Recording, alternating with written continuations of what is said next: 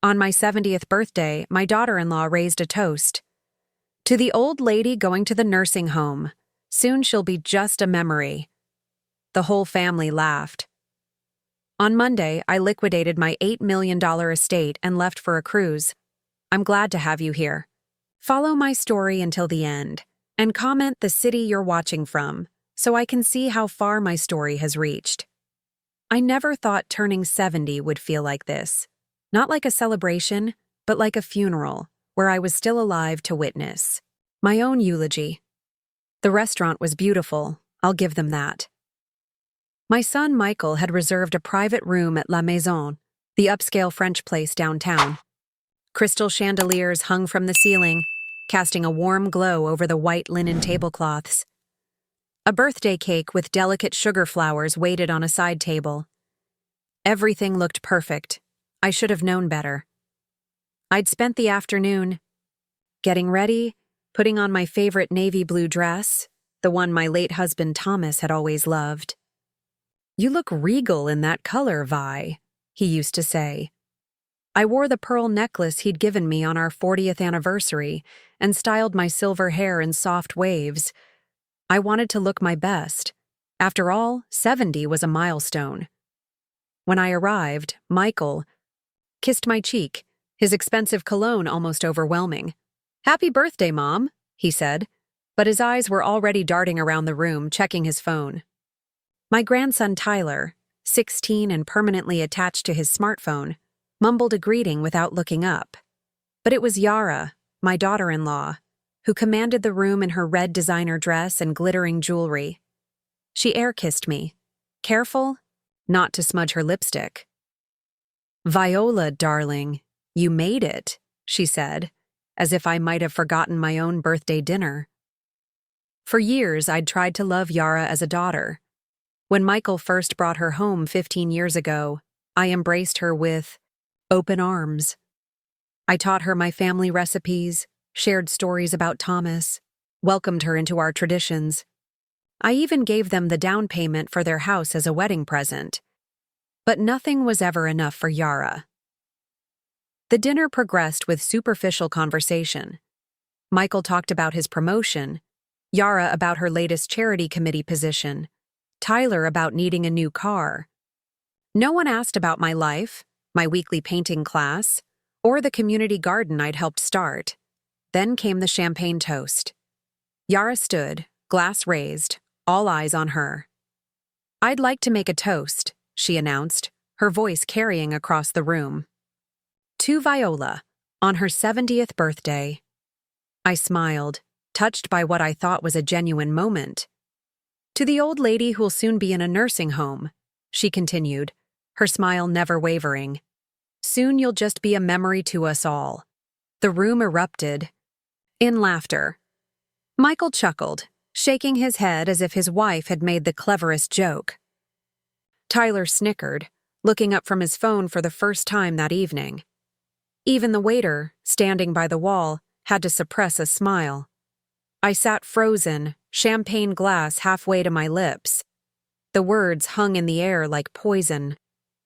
"Come on, Viola. It's just a joke," Yara said, noticing my expression.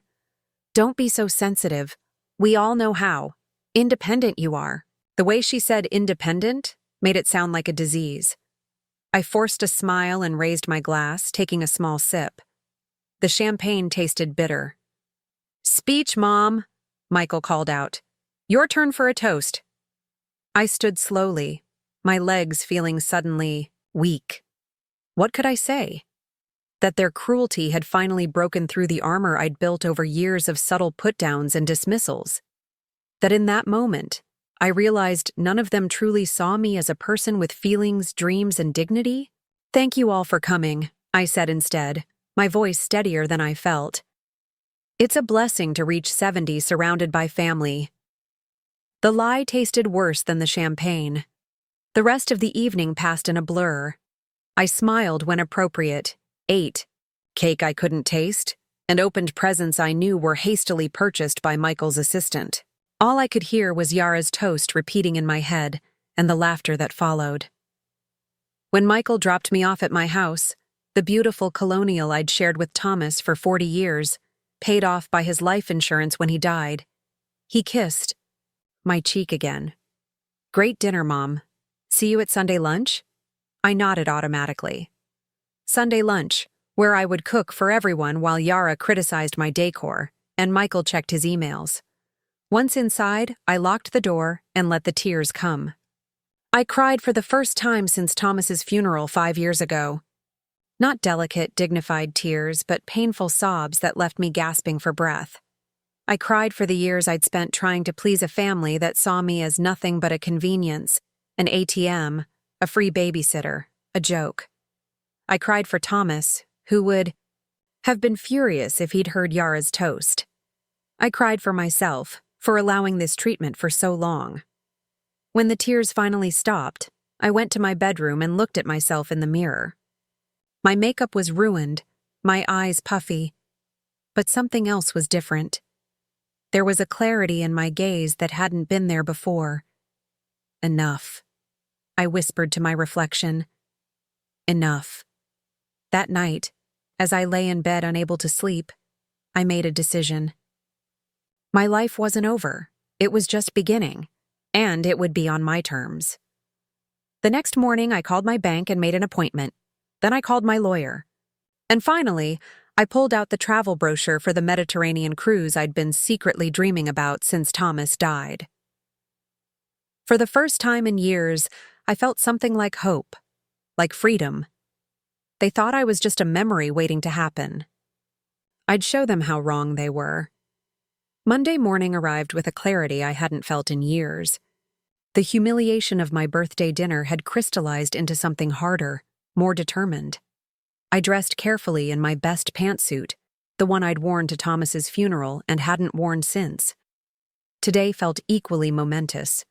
My first stop was Hamilton Trust Bank, where manager Jim Peterson had known Thomas and me for over 30 years. His eyebrows shot up when I told him what I wanted to do. "That's a substantial liquidation, Viola," he said, leaning forward across his desk. "Are you sure about this? These investments have been performing well." "I'm certain, Jim." My voice didn't waver. "I'd like to close all accounts except my checking account, which I'll keep open with $10,000. He removed his glasses, polishing them nervously. "May I ask why? Is everything all right?" I thought about Yara's toast, about the laughter that followed, about 5 years of Sunday lunches where my opinions were dismissed, where I was treated like an obligation rather than family. "Everything is finally going to be all right," I replied. Jim nodded slowly. "It will take a few days to liquidate everything properly. The CDs will have some penalties for early withdrawal." "I understand. I'll pay the penalties." 2 hours later, I left with the paperwork started. $8 million. The result of Thomas's life insurance, our investments, and the sale of our manufacturing business when he got sick, would soon be entirely under my control. My next stop was Gerald Webb's law office. Jerry had been Thomas's college roommate and our family lawyer for decades. His secretary, Martha, hugged me when I arrived. "Viola, so good to see you. How was the birthday?" "Illuminating," I said simply. Jerry welcomed me with a warm handshake. At 75, he was still sharp as a tack, his bow tie as perfectly centered as always. "What can I do for you today?" he asked once we were seated in his office. "I need to change my will, Jerry." His expression remained neutral. "I see. Any particular reason?" I took a deep breath. "I'm liquidating my assets and making some life changes. Michael and his family will no longer be my primary beneficiaries." For a moment, silence hung between us. Then Jerry leaned back in his chair. "Viola, we've known each other a long time. This seems sudden." "It isn't," I said, surprised by the steadiness in my voice. "It's been coming for 5 years since Thomas died. Maybe longer." I told him about the birthday dinner, about Yara's toast, about the years of subtle disrespect. As I spoke, his expression darkened. "Thomas would be livid," he said finally. "Yes, he would. I smiled sadly. But Thomas isn't here. I am. And I'm finally taking control of what's left of my life. When I left Jerry's office, the afternoon sun was warm on my face. I walked to the small cafe on the corner, the one where Thomas and I used to have Sunday brunch. I ordered a cappuccino and sat by the window, watching people pass by. For the first time in years, I felt myself breathing deeply, freely. My phone buzzed. Michael. I let it go to voicemail. A text followed. Mom, don't forget Tyler needs a ride to practice today. Yara has her charity luncheon. I stared at the message. No. Please. No. How are you doing after your birthday? Just another demand disguised as a reminder. 5 years of this. 5 years of being their on-call chauffeur, cook, ATM, and occasional babysitter, all while being treated like an inconvenience. 5 years of watching Michael become more like Yara, entitled, dismissive, materialistic. I put the phone away without responding. Another text came through, then another. I ignored them all. Instead, I opened my tablet and navigated to the Mediterranean cruise I'd been eyeing. 15 days sailing from Barcelona to Athens, with stops in France, Italy, and the Greek islands. I'd dreamed of seeing the Mediterranean since I was a girl, but Thomas's health had always been too fragile for such a long trip. My finger hovered over the Book Now button. Was I really going to do this? Leave everything behind? The house where I'd raised my son, the community I'd been part of for decades. My phone buzzed again. A voicemail from Yara this time. Viola, Michael said you're not answering. We really need you to get Tyler today. I can't miss this luncheon. It's for charity, you know. Call me back immediately. The imperious tone decided. It for me. I clicked Book Now and went through the reservation process, selecting a balcony suite. Single occupancy. When the confirmation came through, I felt a strange mixture of terror and exhilaration. I'd never traveled alone before. I'd never made such a big decision without consulting someone else. First my parents, then Thomas, then Michael. On my way home, I stopped at Barnes & Noble and bought 3 travel guides to the Mediterranean, a journal, and a book titled Solo Travel After 60. The young cashier smiled at me. Planning a big trip? She asked. The biggest, I replied, returning her smile. At home, I made myself a cup of tea and sat in Thomas's old armchair. We'd bought it the year Michael was born, and Thomas had spent countless evenings in it, reading to our son while I watched from the doorway, heart full. Am I doing the right thing, Tom? I whispered to the empty room. As if in answer, my gaze fell on a framed photo on the mantel, Thomas and me on our 40th anniversary, his arm around my waist, both of us laughing. We'd renewed our vows that day, promising again to cherish each other until death parted us. But we'd never imagined the kind of death that was coming for our family. The slow erosion of respect, the gradual disappearance of love, until all that remained was obligation and convenience. The phone rang again. Michael. This time I answered. Mom, where have you been? Tyler needs... I can't today, Michael, I interrupted. I'm busy. Silence on the other end. I'd never refused him before. Busy, he finally managed. With what? My life, I said simply, and hung up. Then I pulled out my new journal and began to plan the rest of my life. A life that, for the first time in decades, would be entirely my own. The next 2 weeks passed in a whirlwind of preparations. I sold my car to a young couple expecting their first child. I hired a property manager to handle the sale of my house, the beautiful colonial that had been my home for 40 years. I donated most of my clothes to the women's shelter downtown, keeping only what I would need for the cruise and whatever life awaited me afterward. Each action felt both terrifying and liberating, like cutting away anchors I hadn't realized were holding me down. Michael called repeatedly. I answered only. once telling him I was making some changes but offering no details. His reaction was predictable: confusion, then irritation, then demands for explanations I wasn't ready to give. "Mom, you're not making sense," he'd said, his voice sharp with impatience. "What changes? Why now?" "I'll explain everything when I'm ready," I replied. "For now, I need some space." "Space?" He sounded genuinely bewildered. From what? I almost laughed. From being taken for granted. From being the convenient solution to everyone's problems while my own needs were ignored. From the slow suffocation of living as an afterthought in my own family. But I simply said, "I'll be in touch," and ended the call. The morning of my departure arrived crisp and clear. My suitcases, brand new, purchased for this journey, waited by the door. My passport, updated after Thomas died but never used, sat in my purse alongside my wallet, now containing a significant amount of cash and a new credit card linked to my personal account. I took one last walk through the house, touching familiar surfaces, saying goodbye to the home where I'd raised my son, loved my husband, and eventually lost myself.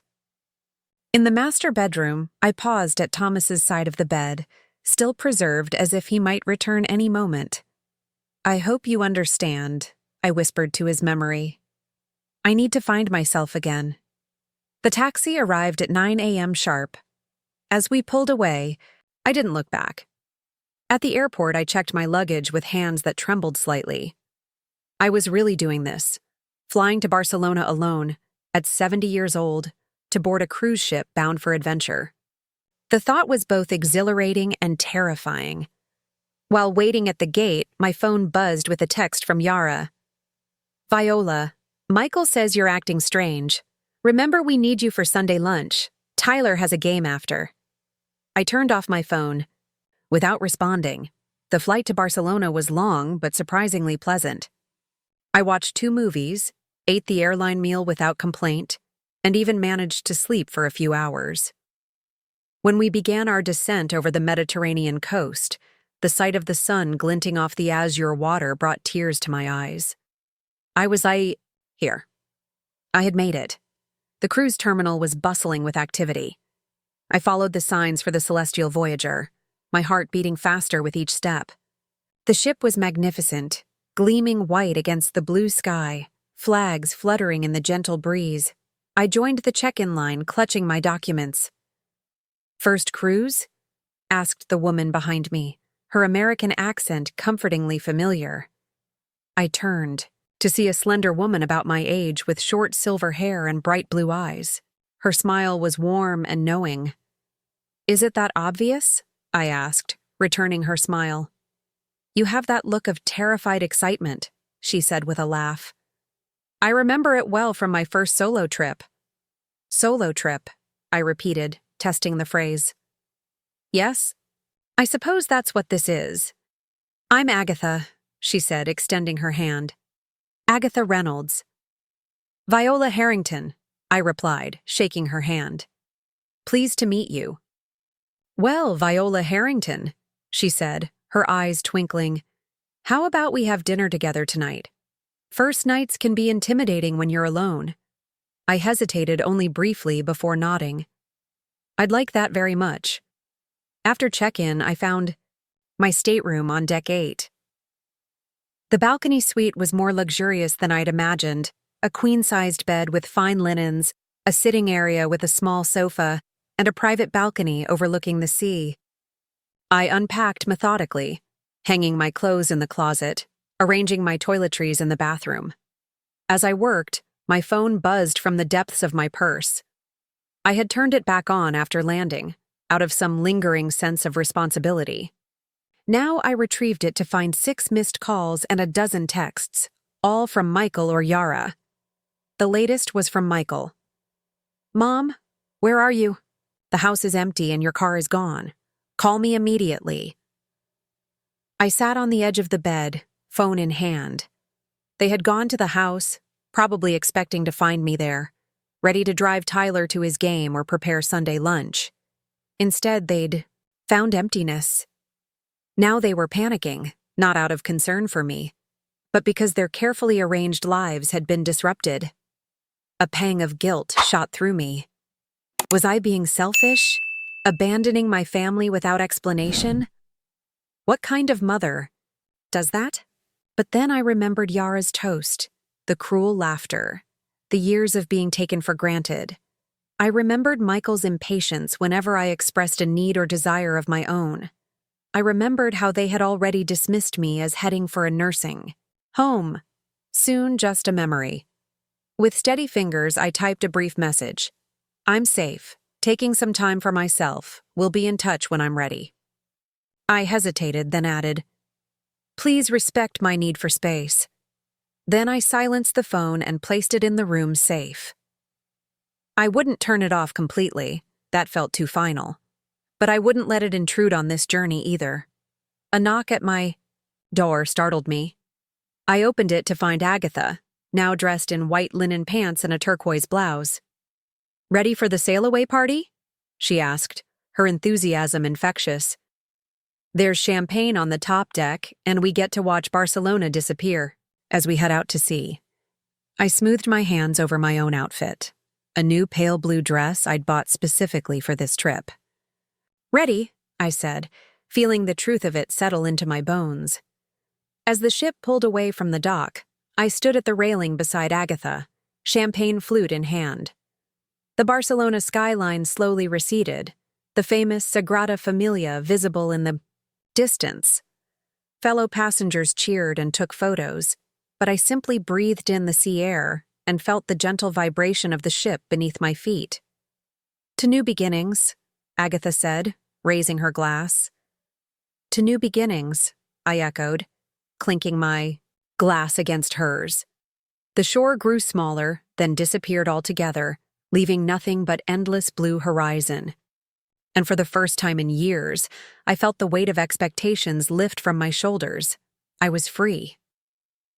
By the 5th day of the cruise, I had settled into a rhythm that felt both novel and strangely natural.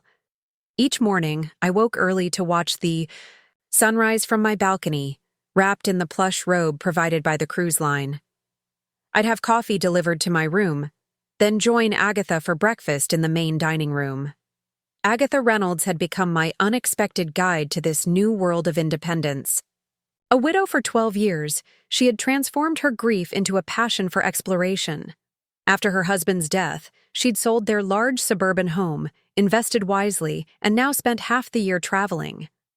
The hardest part, she told me over breakfast as we sailed toward Naples, was convincing my children that I wasn't having a breakdown. They thought grief had made me irrational. I laughed, recognizing the familiar concern disguised as control. What changed their minds? Time, she said, buttering her toast with precision. And the realization that I wasn't asking their permission. I was simply informing them of my decisions. After breakfast, I'd attend an art class or a lecture, then lunch, followed by exploration whenever we docked at a new port. In the evenings, Agatha and I would dress for dinner, sharing a table with other passengers who gradually became friends. A retired professor from Boston, a widowed doctor from Chicago, a couple celebrating their 50th anniversary. For the first time in decades, I was known only as myself, not as Thomas's wife, Michael's mother, or Tyler's grandmother. Just Viola, a woman with her own interests, opinions, and stories to tell, and I was blossoming. In Marseille, I discovered a passion for photography, capturing the vibrant colors of the old port with the new camera I'd purchased in Barcelona. In Rome, I stood before Michelangelo's Pietà with tears streaming down my face, moved beyond words by its beauty. You're changing, Agatha observed as we shared a bottle of wine on my balcony that evening, the lights of the Italian coast twinkling. In the distance, I can see it happening day by day. Is that strange? I asked, swirling the ruby liquid in my glass. To change so much at 70? She laughed, a rich sound that carried on the sea breeze. What's strange is thinking we ever stop changing. Life is constant transformation, Viola. The tragedy is when we let others freeze us in place. I thought of Michael and Yara, of how they had gradually reduced me to a single dimension, a convenient resource, always available, never inconvenient. How had I allowed that to happen? The answer came with surprising clarity. I had confused love with usefulness. Somewhere along the way, I'd begun to measure my worth by how much my family needed me, not by how much they respected me. The next morning, as we docked in Naples, I checked my phone for the first time in days. 27 missed calls. Dozens of texts, increasingly frantic. "Mom, where are you? This isn't funny anymore. We've called the police. They're treating this as a missing person case.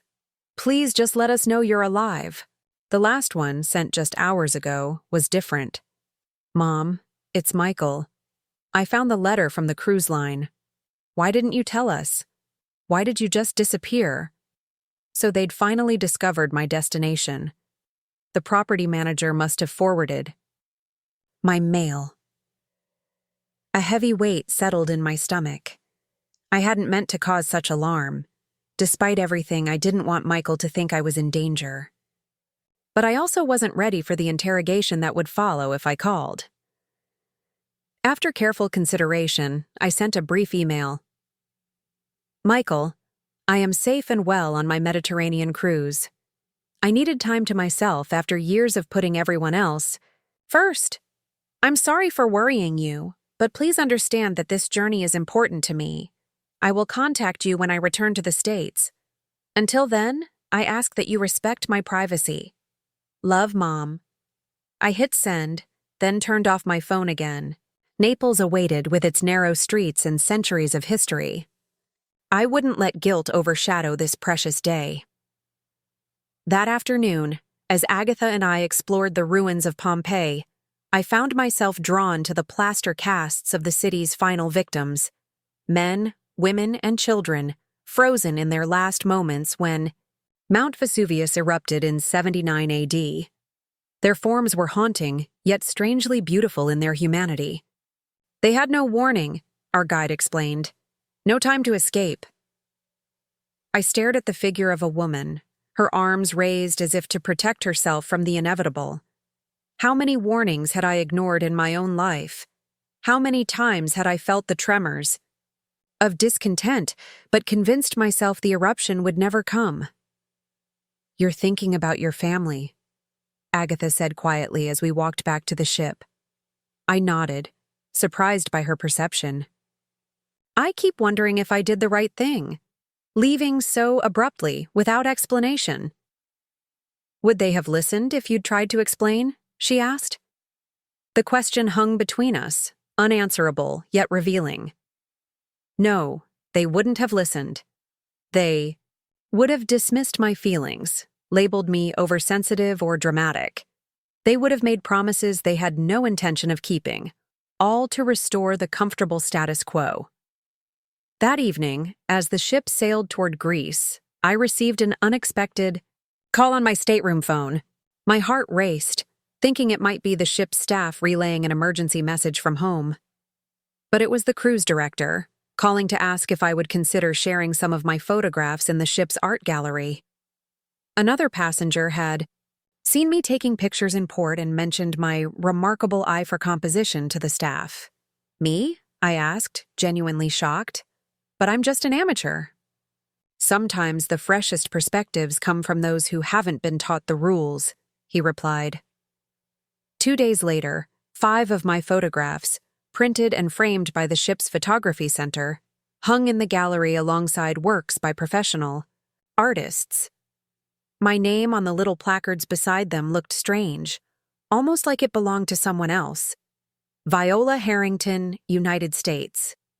As I stood in the gallery during the exhibition opening, glass of champagne in hand, passengers I'd never met approached to compliment my work. They asked about my techniques, my inspiration, my background as a photographer. "I just started, actually," I admitted to a couple from Australia. "This cruise is my first real adventure with a camera." "You've got a natural talent," the woman said. "The way you capture light is quite special." Later, the ship's photographer approached with an offer to buy 2 of my prints for the permanent collection displayed in the main dining room. I was so stunned that Agatha had to nudge me to respond.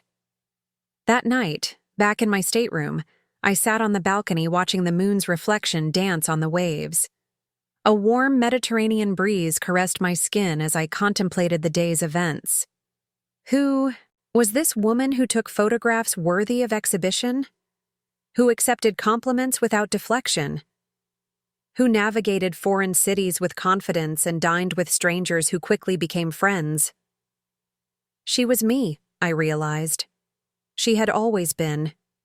Me, buried beneath layers of obligation and expectation, and now, like a butterfly emerging from a chrysalis, I was finally spreading my wings. My phone sat on the bedside table, still turned off. Michael and his family felt distant now, as if they existed in another life, one I had carefully packed, away like winter clothes in summer. Tomorrow we would arrive in Santorini. I had already decided to take a watercolor class offered on the island, to try my hand at capturing the famous blue domes and whitewashed buildings in a new medium. I was no longer just existing. I was living, discovering, becoming. And I had no intention of going back to the woman I was before. Chapter 5. The return on her own terms. The Mediterranean cruise that was supposed to last 15 days stretched into 30, then 45.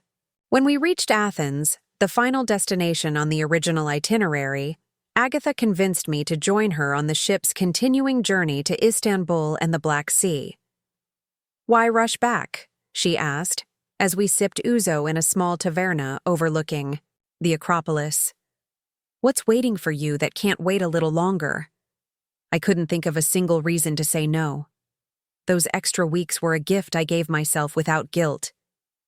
I explored ancient ruins in Ephesus, wandered through the Grand Bazaar in Istanbul, and watched the sun rise over the Black Sea from the ship's deck.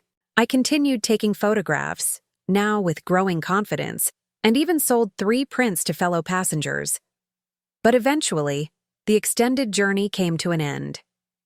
As the ship docked in Barcelona once more, I felt a strange mixture of sadness and resolve.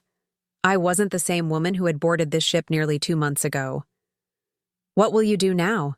Agatha asked as we exchanged contact information. She was continuing on to a photography retreat in Provence, an invitation she'd extended to me as well.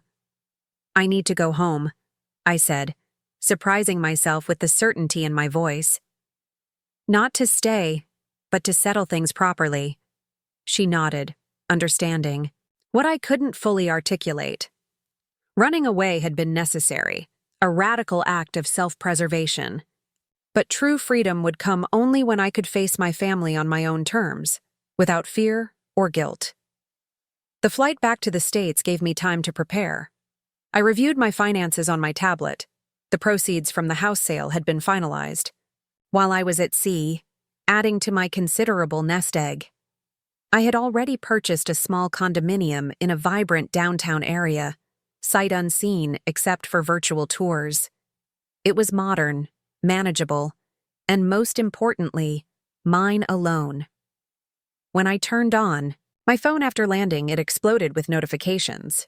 I scrolled through them quickly, noting the progression from anger to concern, to a strange, sullen acceptance in Michael's messages. The most recent, sent just 2 days ago, was uncharacteristically reflective. "Mom, I don't understand why you left the way you did, but I hope you're finding whatever you're looking for. We miss you. Tyler keeps asking about you. Please come home." Home. The word rang hollow now. My house was sold, my possessions either stored or donated. Home was no longer a place but a feeling, the feeling of being true to myself. I checked into a hotel rather than calling Michael immediately. I needed one more night of independence, one more morning of waking up answering to no one but myself. The next day, I rented a car and drove to Michael and Yara's sprawling suburban house. The familiar route felt strange now, as if I were navigating someone else's memory. When I pulled into their driveway, I sat for a moment, gathering my courage. The door opened before I could knock. Michael stood there, his expression a complex mixture of relief and wariness. "Mom," he said, his voice cracking slightly. "You're back." "I'm back," I confirmed, stepping inside when he moved aside. The house was exactly as I remembered, tastefully decorated in the neutral tones Yara preferred. Immaculate to the point of feeling unlived in. Tyler sat at the kitchen counter, his eyes widening when he saw me. "Grandma!" he exclaimed, showing more enthusiasm than he had in years. "You look different." I smiled, touching my hair, now styled, in a shorter, more modern cut than the conservative style I'd worn for decades. My clothes, too, were different. A coral blouse and white pants purchased in Santorini, with a turquoise necklace made by an artisan in Istanbul. "Where's Yara?" I asked, noticing her absence. "Pilates," Michael replied, studying me as if I were a puzzle he couldn't solve. "She'll be back soon." "Mom, what happened? Why did you just disappear like that?" I set my purse down and took a seat at the kitchen island. "I needed to find myself again," he frowned. "Find yourself? Mom, you're 70, not 17.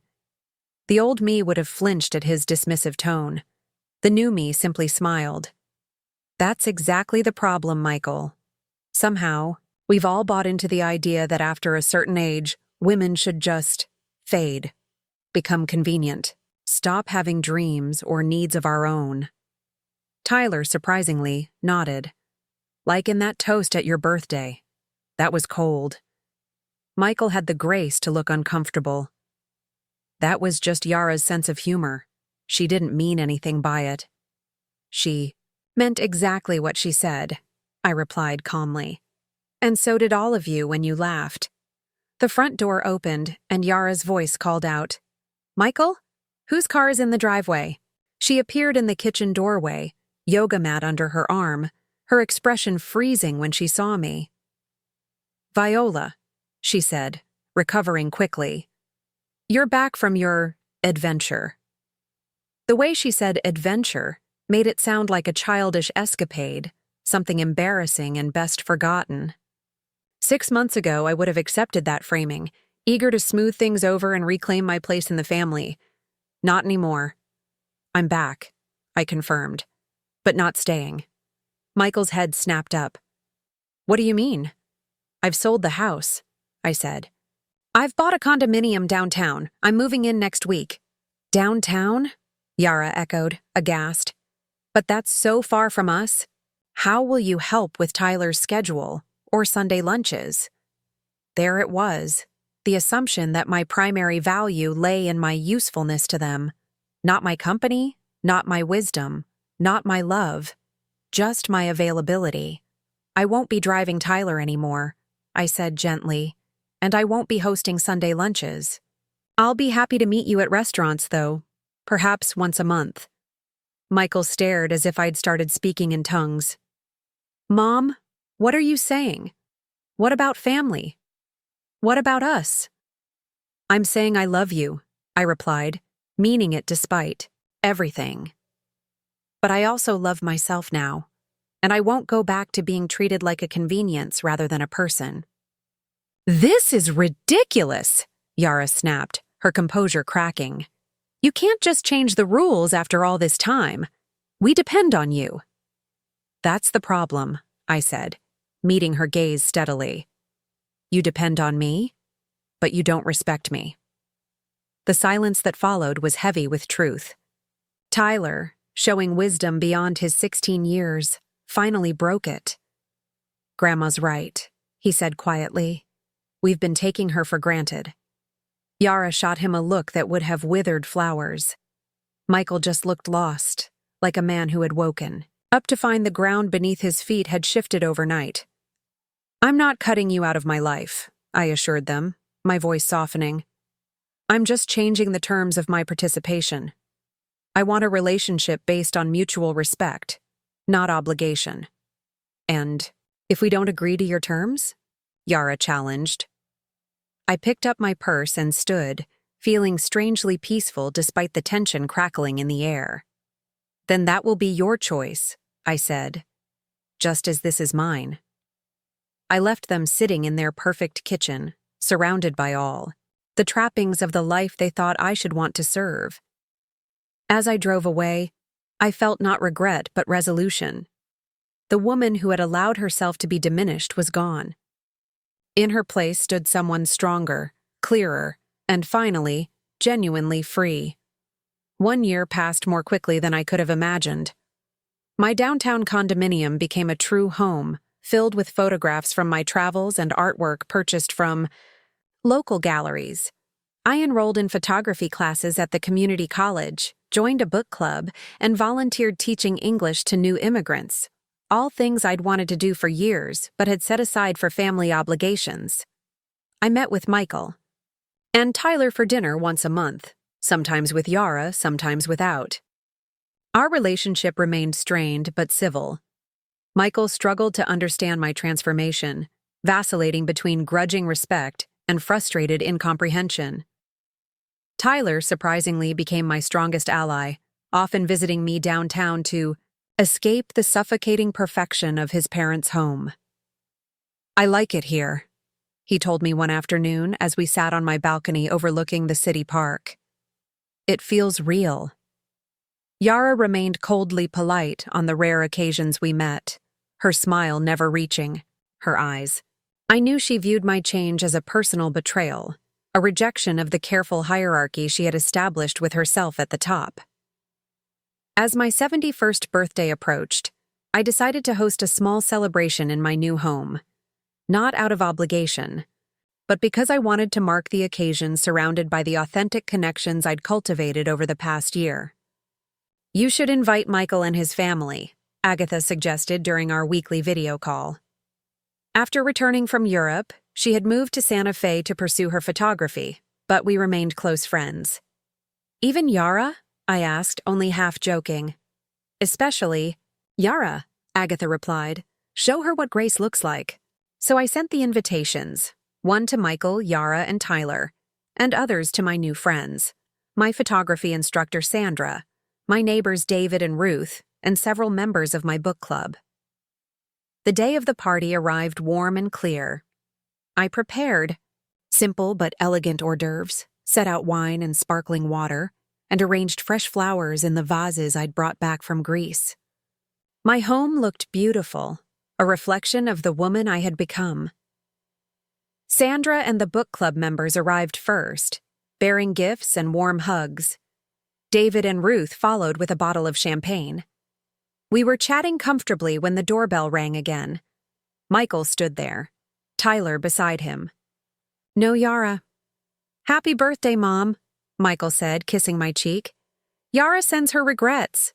She has a charity committee meeting." The old me would have been hurt by her absence. The new me simply nodded, unsurprised. "Come in.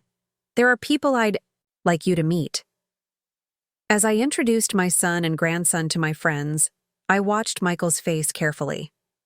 He seemed genuinely shocked by this glimpse into my new life. These interesting, accomplished people who valued my company, who knew me as Viola the photographer, Viola the avid reader, Viola the traveler. Not as Michael's mother or Tyler's grandmother, but as myself.